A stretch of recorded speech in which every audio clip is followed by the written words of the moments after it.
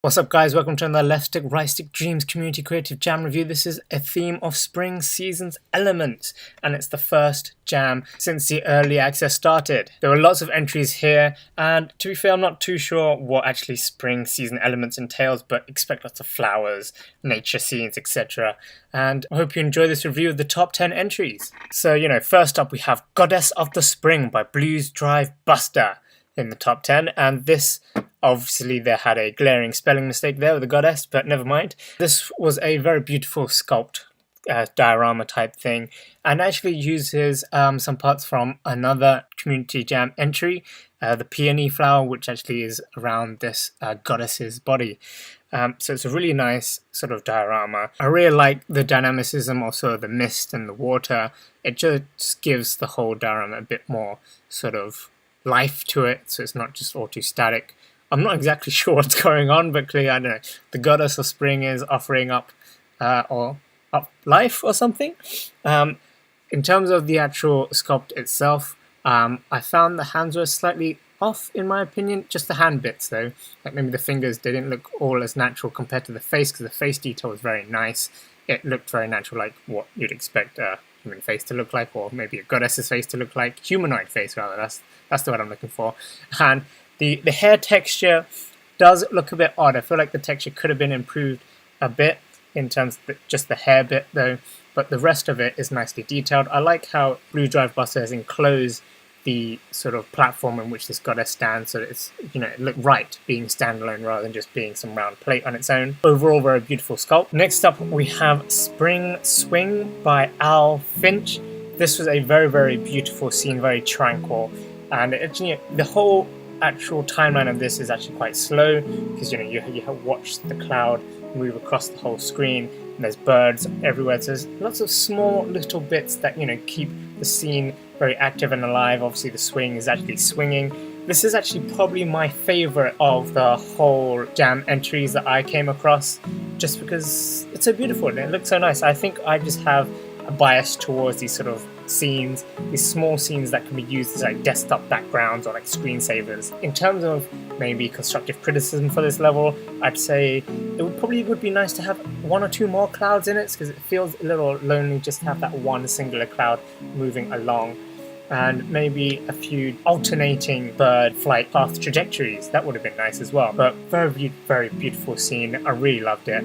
And seeing as I like all these type of scenery, I'm going to do a showcase soon of nature scenery coming your way, so definitely stay tuned and check that out. Next up, we have Remix of Blossom by Anizike. This was actually also a very beautiful sort of scene.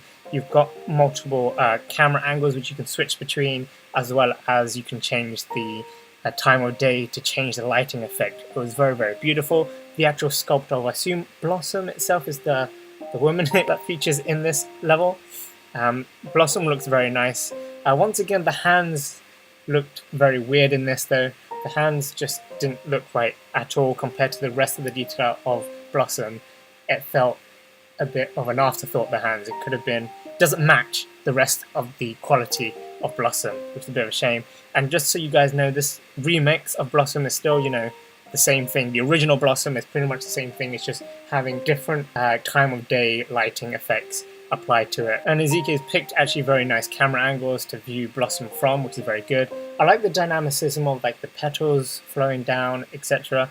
But what doesn't quite seem to match is that obviously all these petals are moving along, but then the dress of Blossom has very minimal movements. Only just the edge of Blossom's dress which seems to show a little bit of dynamicism and movement, which it doesn't match, which kind of jars in my mind. So that's something that could be improved upon. But at the same time, the detail of the dress sticking to the body is actually very, very nice as well. Obviously, there's just some inconsistencies in the movement here. Next up, we have Bumblebee by Hook Line Dreamer. This was actually a really amazing, realistic looking sort of sculpt or character, because the bee wings actually flap, but it flaps very nicely. It looks very natural. The impasto of the bee's fur looks very great. It just looks all very, very realistic in terms of the shaping, the scale, and the texture. The only thing that I would say I have a gripe with is that once you zoom in, when you're far away, the bumblebee looks amazing, very, very good, and super realistic. But once you zoom in a bit closer, the eyes and the antenna just start to feel obviously like a tack-on kind of thing.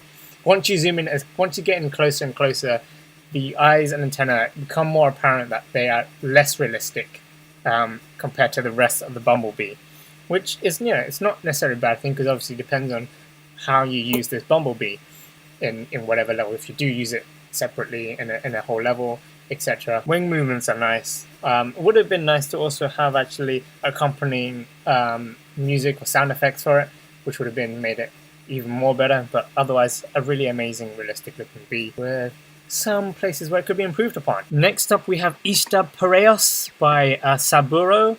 This is also another remix of another creation, one of Saburo's own creations, and it basically stars these two sort of Easter chicks or Easter birds, one blue and one orange. The original is actually sort of like a free roam on a farm where you control the blue chick. In this particular entry, it's a sort of set scene where you have limited camera movement. Overall, actually, I think I prefer this scene to the actual farm free roam, because you actually sort of pay more attention to these two chicks, and the scene, it's sort of more immersive in some ways, just because the lighting, effect, etc. It really makes you care more about the actual birds and their setting. Whereas in the farm, you kind of just were overwhelmed, just running around, not really caring about the bird itself or the farm. But what's great about this was that the lighting was very, very nice. I really liked it, and the actual setting of the nest was really cool. It would have been nice to have a bit more sort of linkage to the original, I guess, in that probably it's a scene within a place on the farm. Obviously, not everyone's going to check out the original entry, so they won't know. So otherwise it's a nice little sculpt scene there, which is pretty beautiful on its own. Nice lighting, but otherwise I don't really know what else to say about it. So moving on, we have Easter Fairy by Anchor. This was also a very nice sculpt. This is a very cartoony style, and it's got a nice fitting level of detail for its style and what it's going for. It's got very minimal movements. I mean, I think the only thing that moves around in this whole thing is sort of the butterflies, and possibly I think the water has very slow movement just to make it look like it's a bit more dynamic, although it's not as clear as the butterflies, and there could be some more movement, in my opinion, in this sort of diorama. Surprisingly, there's actually quite a lot of variety of different types of flowers. You've got bunnies with Easter eggs, then you've got the actual fairy itself. Lots of different elements in it, which are very nice. It definitely oozes the feel of spring in it, so obviously that's probably why it did so well in the contest and the jam. And the hair and the arms, it really fits the whole theme of being an Earth or Easter fairy. I guess my one major complaint would be that this whole diorama is just like on a round disc, unlike Goddess of the Spring, where it made it seem like being isolated on its own, it looked more natural because it had that whole rocky sort of boundary and sort of setting of a waterfall. This one looks less natural that way. It would have been nice if maybe we filled out the whole floor with water, etc., and have it as an island here with the Easter fairy, or just done something a bit more to sort of close off this disc. And just before we get into the top three, we have Snowman in Spring by David Hamrin. This was one weird creation, but although it's weird, I'd still say it's a very, very interesting diorama, and I think this is actually probably the most interesting take on the actual theme spring elements that I saw in this whole jam. It's taking the whole element of winter with the snowman, and it's battling against the element of spring, this plant stalk. And there's actually, surprisingly, lots of little details, different details here and variety in here. You've got various different flowers, you've got a bird with the nest in its side, the snowman's hat, you've got the actual stalk itself, you've got the snowman.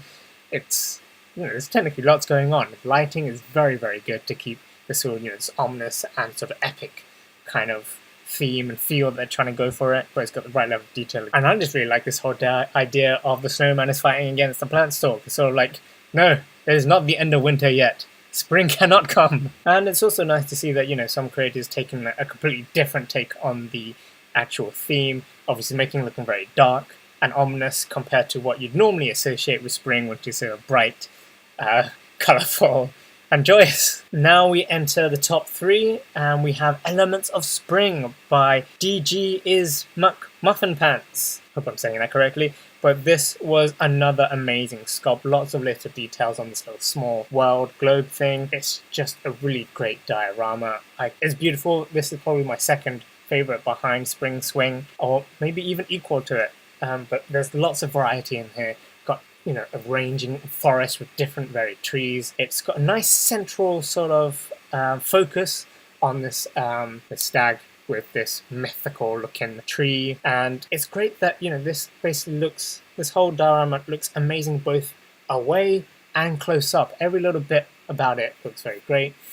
The only thing I'd say in terms of the actual variety detail is that it looks a bit odd. Some of these mushroom circles looked a bit odd, but apart from that, it looked very nicely spaced out. Everything was great in terms of detail. What was really cool about this though is that the whole 3Dness, it works all together, because going to the back, nothing's been forgotten about. There's actually a path going from the back to the front, or you could go from the front to the back. It's up to you, whichever way you want to go about it. And I like how this is a floating world sort of thing, and you know, this is actually waterfall that just waterfalls off the whole world, which is really cool. The whole oozes the whole spring feel, as well as making it look very spiritual as well. So it helps give you the feel of, you know, this is spring coming to life. In second place, we have What the Cluck by Chrissington.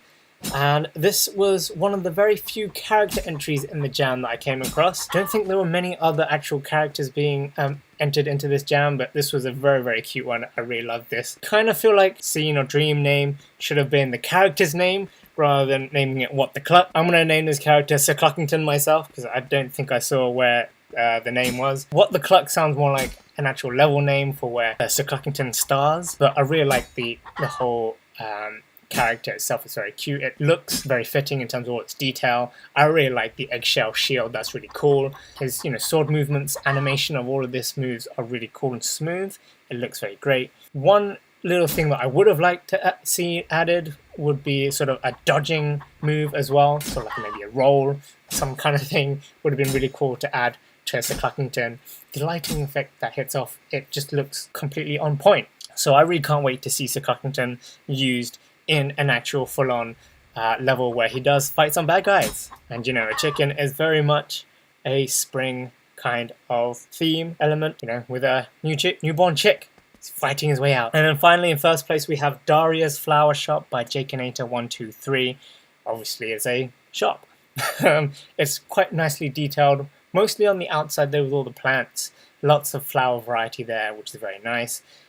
One major thing that I didn't quite like about it was how little thought went to the back of the shop, considering, you know, Jakinator123 actually put details on the side. It felt like the back had no love. Some of the vines on the side as well didn't look all too natural, in my opinion, in the way it sort of creeped up the actual wall, but never mind that. And I'm not sure if this was intentional, but there's a little bit at the back where sort of, I think it's a white painting for the wooden plank frame of this building comes off slightly. That was actually, I thought, was very nice. I don't know if it was very intentional though, because it's the only one point that happened there, but a very beautiful building. And we've even got more buildings and interior showcases coming your way on LeftStickRightStick as well. But I hope you enjoyed this Dreams CCJ Top 10 review. Let me know what you thought about all of these entries in the comments below, and I'll see you next time.